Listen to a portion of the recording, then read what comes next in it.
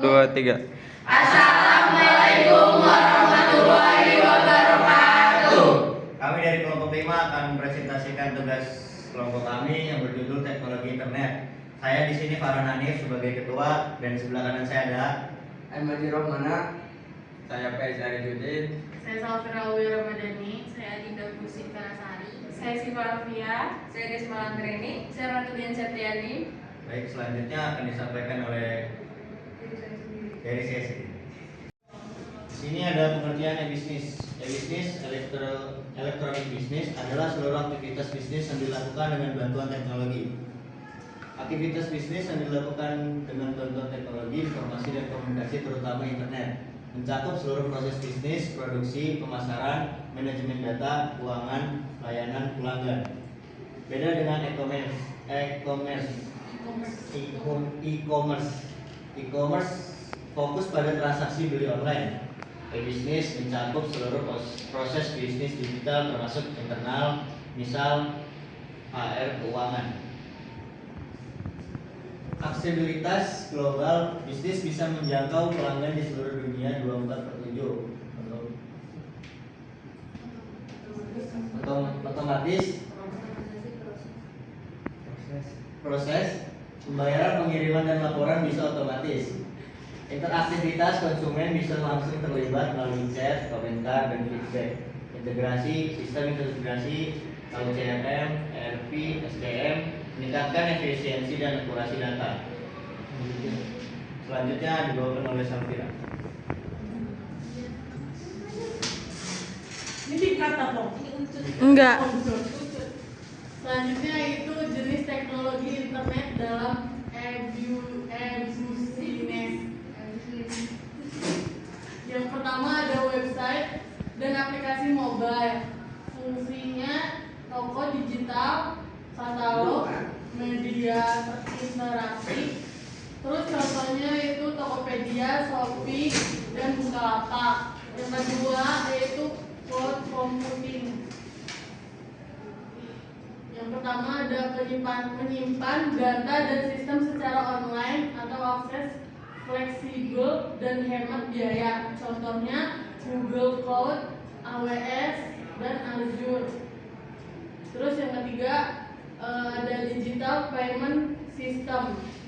Yang pertama ada mempermudah transaksi dengan e-wallet, virtual account atau kris. Contohnya OVO, GoPay, Dana, dan ShopeePay. Terus selanjutnya Big Data Analytics. Yang pertama ada menganalisis data pelanggan untuk personalisasi iklan dan produk. Contohnya rekomendasi produk Shopee dan Tokopedia. Terus ada cyber security. Yang pertama proteksi data pelanggan, transaksi dan sistem bisnis dari serangan cyber. Terus ada teknologi enkripsi, SSL, OTP, firewall, verifikasi 2 langkah. Terus ada LOT yaitu Internet of Things. Pertama ada integrasi perangkat fisik seperti barcode, scanner, smart warehouse. Terus yang terakhir ada AI dan chatbot memberikan respon cepat dan otomatis kepada pelanggan, misalnya Tokopedia Care. Terus selanjutnya akan disampaikan oleh Aji Roman.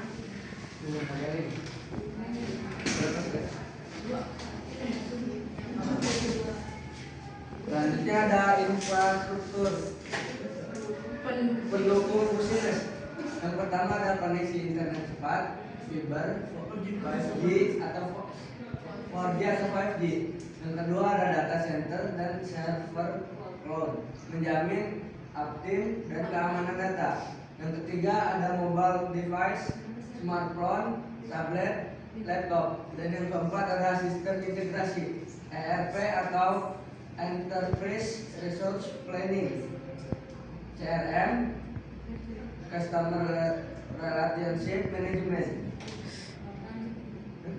Selanjutnya akan dibacakan oleh Dinda. Lalu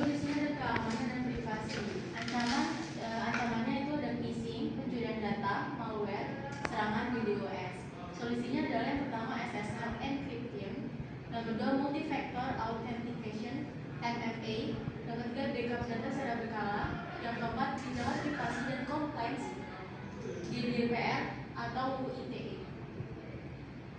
Lalu tantangan dan solusinya. Tantangannya itu adalah satu, keamanan data dan privasi. Yang kedua, persaingan global. Ketiga, masalah logistik. Yang terakhir, kesenjangan teknologi atau akses dan SDM. Solusinya adalah investasi dalam teknologi dan pelatihan karyawan. Yang kedua, penggunaan teknologi logistik otomatis. Dan yang ketiga, kemitraan dengan fintech, logistik dan penyedia IKT. Yang selanjutnya akan dibaca oleh Pak S.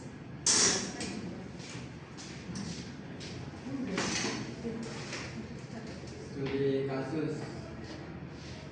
Tokopedia menggunakan big data untuk rekomendasi produk, mengintegrasi OVO sebagai pembayaran, menggunakan computing dan mitra logistik. Selanjutnya Gojek, teknologi GPS dan LOT untuk pelacakan driver, sistem pembayaran digital atau GoPay, chatbot otomatis dalam layanan pelanggan. Selanjutnya akan dibacakan oleh Desmara. Oke, di sini ada manfaat dari teknologi internet. Yang pertama itu efisiensi operasional atau lebih cepat, lebih murah. Yang dimana teknologi internet itu akan berjalan efisiensi agar lebih cepat dan lebih murah. Yang kedua, jangkauan pasarnya lebih luas.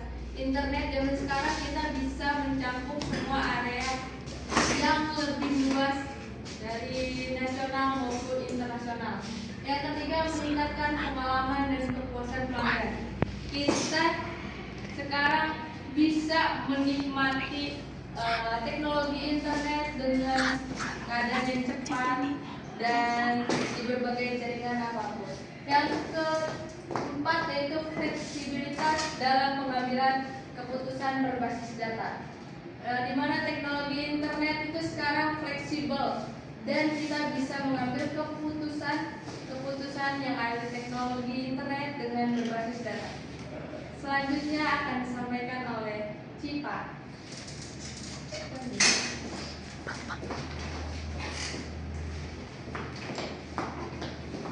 Dampak terhadap konsumen. Konsumen punya kontrol lebih besar, membandingkan harga, membaca review, akses. Terus yang kedua, akses layanan tanpa batas waktu atau tempat. Ketiga, lebih banyak pilihan dan transparansi. Selanjutnya akan dibacakan oleh Ratu Dian.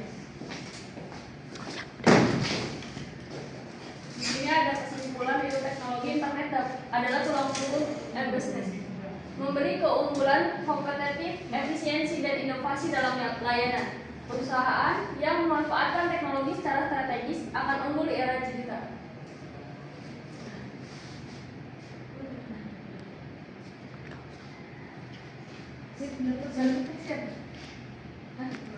Paran aja nggak sih? Paran aja Pak.